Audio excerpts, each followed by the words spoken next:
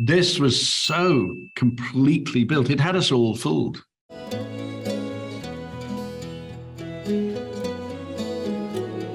Film journalists like myself will say really pretentious things like, oh, the movie theater is a character in this film. But I swear with Empire of Light, it honestly is true. That's not pretentious. That's quite right. I'm curious if you as an actor, if you can treat a location or a set like an individual and almost be inspired by them and draw off of them the way that you would a human co-star. I think it's invaluable. I've done almost no work with a blue screen, and I think I would really struggle with doing a good job. And I have such admiration for actors who can do that, because I love walking onto a set, onto Hilary's flat. The work that goes on behind the scenes with incredible people, all of the books that my character had read, or the things she'd got over the years, during the breakdown and the food being upside down, which was all from your memories as well. But the cinema also, you should speak about the fact that lobby was basically created. We didn't, this outside of the cinema is real, but the inside of the cinema we needed to be bigger, so we created it. And so it makes our life so easy. The beauty of the hard work that these people have put in, and then you walk in and go, I can feel all of it. I can smell it. I can look at it. Even though it was only built, they probably finished painting that morning. There was sort of mold on the ceiling. You could see that it was a place that had been loved and was not in its prime. It's a really necessary part of the whole process. It depends on how a thing's being shot. It's sometimes the environment is very helpful to you because it's entire and you can see it. Sometimes you're just staring at lights and, half a set.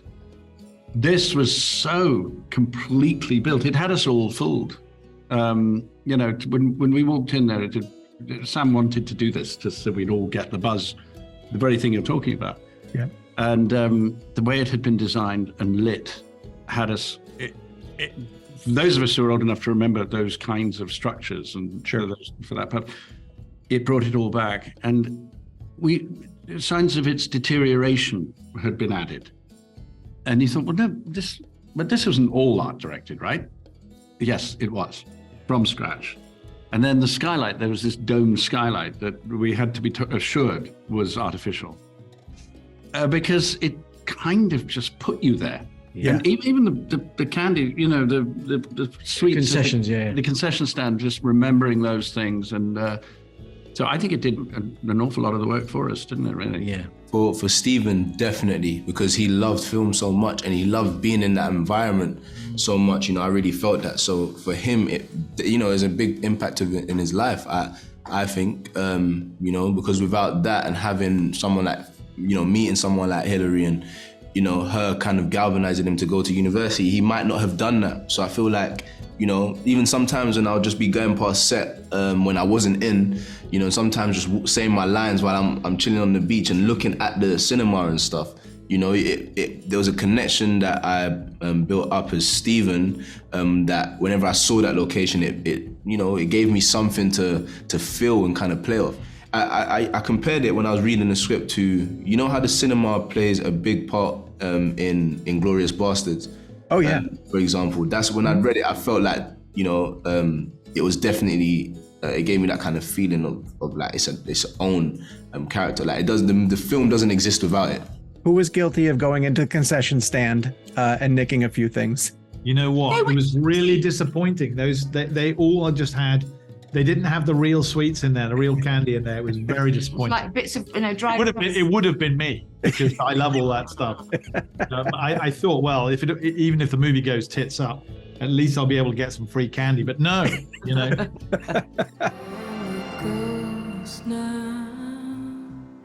Here's to the future. Walking those old scenes. Here's to getting back up. And here's to coming home. As film people, we are always asked to make recommendations for movies, and I personally stress over what movie I'm going to recommend. So in this magnificent scene of where Miss Coleman's character asks basically Toby Jones's character to show her a movie, to immerse her in a story in cinema, you chose Being There, and I want to know why. That's a very good question. I chose it because it meant something. I had to find a movie that meant something to Olivia's character in Hilary in that moment. And Hilary struggles with mental illness and a feeling that she is somehow she's an outcast, and she's not allowed in to the world of normal people. And for me, Being There is a movie about how it's possible to be broken and yet still somehow survive in the world. And it happens to also be one of my favorite films, and it happens, obviously, crucially, to have been released in the year the movie takes place, which is 1981. So right. It ticked all those boxes. And I wanted to find a movie that I thought would speak to her and move her. So that's why I went for it. The timing of the release is kismet almost. It's like it was meant to be at that point. I think Being There's a really good choice for the title as much as anything, because I think there's something that he detects in her. It's just fortuitous that it happens to be out that week. But I mean, it's a perfect movie, mixture of comedy and very, very sort of sad and also miraculous in a way that cinema can be all of those things. And for me, I think Being There's a pretty good choice. I don't, suddenly my mind goes blank when I try to think, well, how would I improve on that? Because I love that film.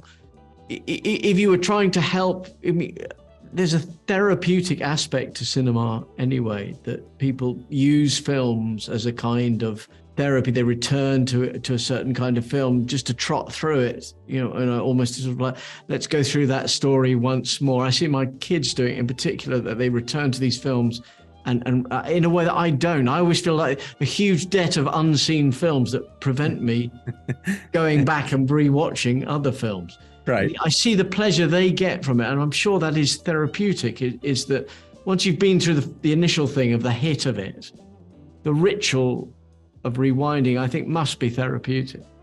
It's funny that I was, because my partner and I, when we were going through our courtship, that was an important part of our courtship, that we each sort of gave each other a list of our top 10, top 5 films, basically. And the one that I gave to him, which was the sort of litmus test in terms of what is this man's character like, was The Lives of Others. Which I just think is a film that, I mean, I could watch it again and again and get just completely lost in the story and the characters and the performances. Oh, it's just such a beautiful, beautiful piece of work. Do you remember what his top one was? That's gosh, no, I'd have to have a think about that. I mean, he's such a mad James Bond fan, so it might be one of those. Yeah, and also we had a separate list for Studio Ghibli. We weren't allowed to have Studio Ghibli films in the main list because they would take up too much of the space. So we had to have a separate Ghibli top 5, basically. That's very fair. I can understand that. Yeah. Mr. Firth, next year, remarkably, marks 20 years of Love Actually, which, comes up around this time. And I'm curious what the film's legacy means to you and why you think we return to it every year. There's a bit of a mystery to it, really. I mean, I don't think anyone knew what to expect when making it, because it's a composite of all these different stories. My own experience of it was so isolated, because I was in a little film all to myself in a way, and that may be true of a lot of the others. But I was in France with only one other actor, and we were the first thing that was shot. And so I was done and moved on. Right. Well, everyone else got on with the rest of it. So I didn't really have much of a full picture of it. And then I think I can't remember how well it did at the box office. It was so long ago, but I don't know if its initial opening was successful. It certainly, reviews-wise, got some stinkers. I'm sure it got some great ones as well, but I remember the hostile ones. Right. And I don't think I would have imagined that we'd be talking about it 20 years later. I don't think you can assume that about any film. True. And then for it to become this perennial, partly as a Christmas movie, and it's very kind of Marmite. I mean, some people just love it, but it's also up for a kind of deconstruction. And again, it's targeted for all kinds of criticism, sure. But still in the discussion. So go figure. I mean, it's not, I feel very little to do with it, but it's a very interesting thing to to sort of track it through those 20 years.